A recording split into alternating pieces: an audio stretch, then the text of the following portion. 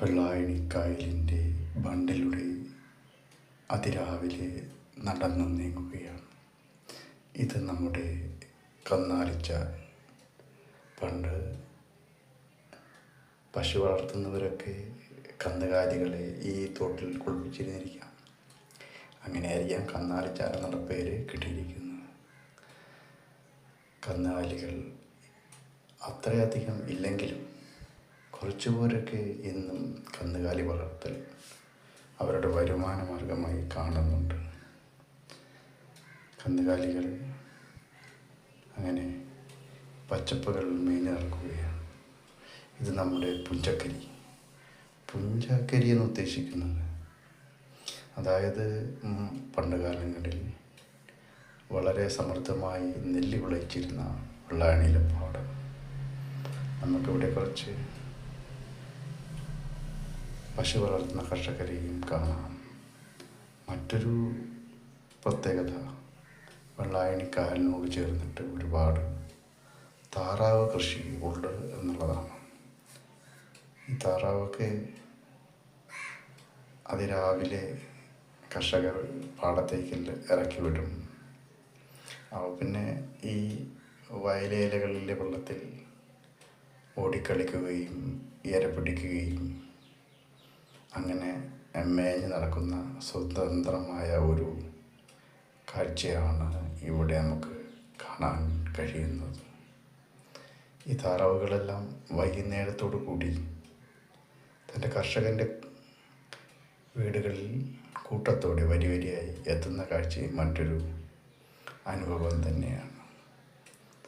താറാവ് കൃഷി വളരെ ലാഭകരമായി പോകുന്നൊരു സാഹചര്യം. മറ്റൊരു മത്സ്യബന്ധനം വെള്ളായണിക്കായലിൻ്റെ തീരങ്ങളിൽ നമുക്ക് ധാരാളമായി കാണാൻ കഴിയും. ഒരു കർഷകൻ തൻ്റെ വല വളരെ പ്രതീക്ഷയോടുകൂടി കായലിലേക്ക് വീശിയെറിയുകയും അത് വലിച്ചു കയറ്റുകയും ചെയ്യുന്ന ഒരു ദൃശ്യമാണ് നമ്മൾ ഈ കാണുന്നത്. അവൻ്റെ പ്രതീക്ഷകളാണ് ആ വലയിൽ കുടുങ്ങിക്കിടക്കുന്നത്. മറ്റൊരു മത്സ്യ കർഷകൻ വഞ്ചിയിൽ അദ്ദേഹത്തിൻ്റെ മത്സ്യബന്ധനത്തിനുള്ള വലകൾ തയ്യാറാക്കുന്ന ധൃതിയിലാണ്. ഇത് നമ്മുടെ സർക്കാരുകൾ വിനോദസഞ്ചാരികൾക്കായിട്ട് ഒരുക്കിയിരിക്കുന്ന ഇരിപ്പിടങ്ങളാണ്. അത് വൈകുന്നേരങ്ങളും രാവിലെകളിലും സഞ്ചാരികൾ വന്ന് വിശ്രമിക്കുന്ന സ്ഥലങ്ങളാണ്. ഇത് ഇവിടുത്തെ കൊറ്റില്ലം എന്ന പേരിലാണ് ഈ ഒരു പാർക്ക് അറിയപ്പെടുന്നത്.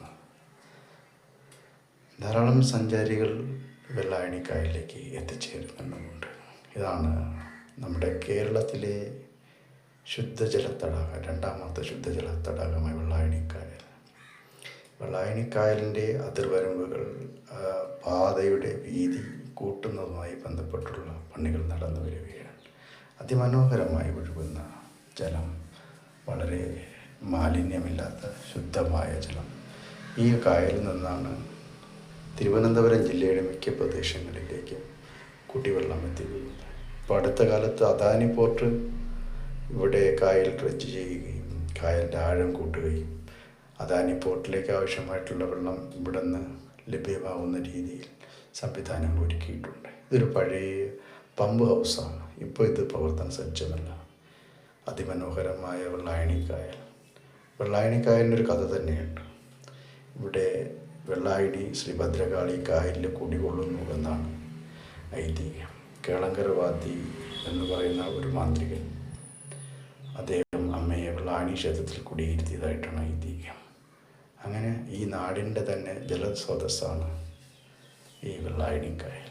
കൃഷി അങ്ങിങ്ങായി കുറച്ച് കാണാം.